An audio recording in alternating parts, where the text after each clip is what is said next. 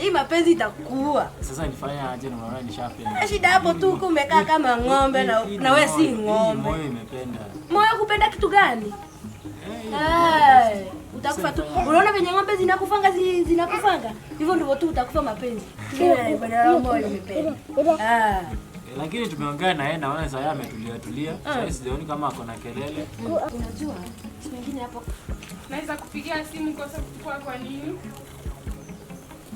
Simu ilikuwa silent. Ilikuwa silent, kwa nini unaweka simu silent? Kwa nini baba? Kuweka simu silent? Ni kwa nini unaweka simu silent na kuuliza? Sasa kwani umekuja na kelele kwa nini? Bwana, kwa na respect kwa bwana wako jamani. Ni wewe unauliza, nataka unijibu. Aya. Au ongei? Gai, hivyo ndivyo mnaongeanga na bwanako? Nakuuliza uongei? Ngoja. Acha tu. Tutatobolewa macho ng'ombe hii na nakwambianga tu unaniambia vitulia. Twende tuangalie kwa nyumba. Acha kunyaibisha mbele ya watu. Ni kwa nini nakupigia simu? Twende basi tuangalie maneno kwa nyumba. Simu imekuwa silent. Nifuate haraka. Ng'ombe hii tebu enda kwako. Tembeza kiatu ng'ombe hii. Shida hapa tunatulia hapa kama kondoo. Ambe. Sasa wewe ng'ombe hii unaenda kuchapwa. Ambe.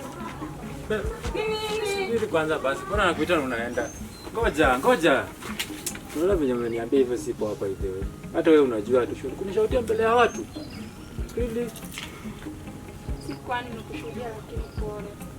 Najua ni siku nimeshika kodi zangu jisimi kwa sababu ilikuwa silent hata unaweza ona. Lakini kunishautia. Sawa, pole.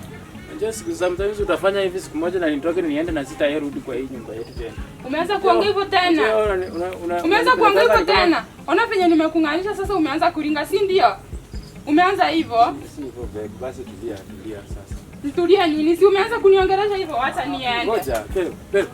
Asubiri.